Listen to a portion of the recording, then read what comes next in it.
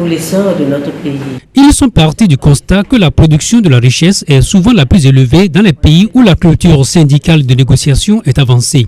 Et c'est d'ailleurs ce qui a motivé le choix du thème de la deuxième édition du Forum Bénin-Suisse, promouvoir un dialogue social apaisé.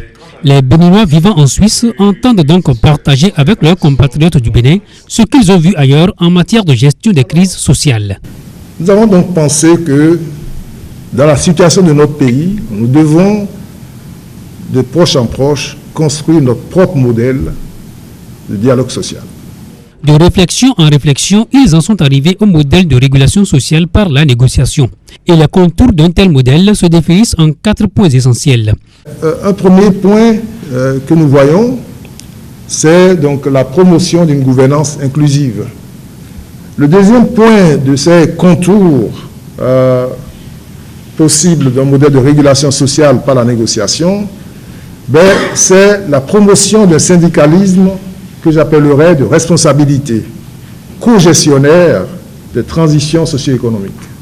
Au niveau, disons, du patronat, il faut aussi promouvoir ce qu'on appelle la responsabilité sociale des entreprises. Un quatrième point, c'est le renforcement de la société tout entière dans son rôle, plus particulièrement dans les 2 secteurs qui nous intéressent, le secteur de l'éducation et le secteur de la santé.